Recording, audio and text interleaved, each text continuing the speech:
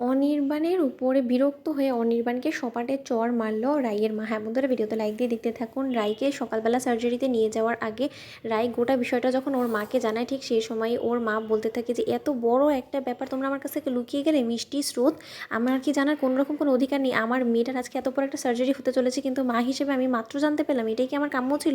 তখন কথা বলা মাত্র মিষ্টি বলতে থাকে যে মা, এখন আপনি যদি যাবার পথে এরকম করে কান্নায় ভেঙে পড়েন তাহলে তো আপনার মেয়েরই অমঙ্গল হবে।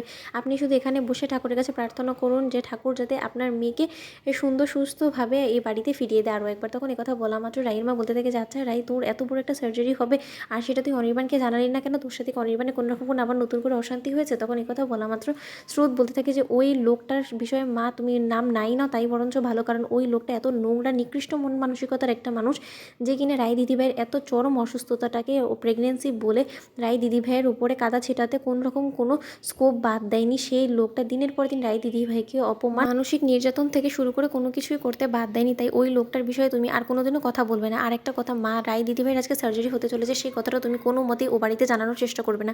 তখন এই কথা বলা মাত্র রায়ের মা বলতে থাকে যে না রে, আমি এতটাও হ্যাংলার নয়, কারণ আমি যদি এখন কমজোর হয়ে যাই তাহলে আমার মেয়েটাও ভেঙে পড়বে। আমি আর চাই না যে আমার মেয়েটাকে এরকম কাঁদনি কেঁদে আমি অন্তত আমার মেয়ের অমঙ্গল করবো। তাই তোরা বরঞ্চ বেরিয়ে পড়। আর একটা কথা মাথায় রাখবি রাই, তোর সংসারে যাই হয়ে যাক না কেন, এবার যখন অন্যায়টা অনির্বাণ করেছে তোর উপরে অবিশ্বাস করে, তাহলে এই যাত্রায় আমি আর অন্তত অনির্বাণকে কোনো কিছুই জানাবো না। আর অনির্বাণকে আজকের পর থেকে এ বাড়ির জামাই হিসেবে আমি আর মানবো না। তখন এই কথা বলা মাত্র রাই বলতে থাকে যে মা আসছি, ঠিক আছে।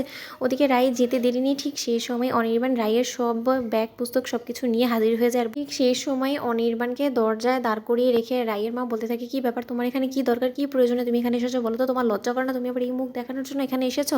তখন এই কথা বলা মাত্র অনির্বাণ বলতে থাকে মা হিসেবে তো লজ্জা আপনার হওয়া উচিত। আপনি এমন একটা মেয়েকে জন্ম দিয়েছেন যে কিনা দিনের পর দিন লোকের সাথে পরক্রিয়া করে বেড়ায়, নিজের স্বামীকে ঠকায়, নিজের গোটা শ্বশুরবাড়িকে অন্ধকারে রেখে সে নিজের গর্ভে সন্তান নিয়ে ঘুরছে। তারপরে আবার আপনি মা হিসেবে গর্ব করেন আপনার মেয়েকে নিয়ে? আসলে মানতে হবে আপনার গোটা পরিবারটা একটা ফ্রড। তখন কথা বলা মাত্র রাইয়ের মার একটা কথাও না শুনে সপাটে অনির্বাণকে চড় মেরে বলতে থাকে যে এটাই তোমার প্রাপ্য ছিল, অনেক আগে এই জিনিসটা আমার করে দেওয়া উচিত ছিল, কিন্তু কেন যে আমি তোমাকে এতদিনও চড়টা মারিনি, আমারই ভুল আসলে। তখন অনির্বাণ বলতে থাকে আপনার এত বড় আস্পর্ধা হয় কী করে, আপনি আমার গায়ে হাত তুলেন, তাও আবার আপনার দুশ্চরিত্র মেয়ের জন্য? তখন কথা বলা মাত্র রাইয়ের মা বলতে থাকে যে অনেক হয়েছে, তুমি আমার বাড়িতে দাঁড়িয়ে তুমি আমার মেয়েকে দুশ্চরিত্র বলার দুঃসাহস করো কী করে বলো তো? তুমি কী বা জানো আমার মেয়ের সম্পর্কে? তুমি শুধু আমার মেয়ের গায়ে কাদা ছেটাতে জানো, আমার মেয়ের কপালে কলঙ্কের দাগ লাগাতে জানো, এছাড়া তো তুমি কোনো কিছু জানো না। আজকে তোমার কারণে, শুধুমাত্র তোমার কারণে আমার মেয়েটা মৃত্যুর সাথে পাঞ্জা লড়ছে। আজকে আমার মেয়েটার সার্জারি হতে চলেছে, কিন্তু তা সত্ত্বেও তুমি সেই সার্জারিটাকে, ওর ওই ক্যান্সার নামক ওই মরণ ব্যাধিটাকে তুমি সন্তান সম্ভবা হওয়ার মিথ্যা অপবাদ দিয়ে মেয়েটাকে জঘন্যভাবে অপমান করতে তুমি একটু পিছপা হওনি। তোমাদের ভিডিও ভালো লাগলে লাইক, শেয়ার, সাবস্ক্রাইব করতে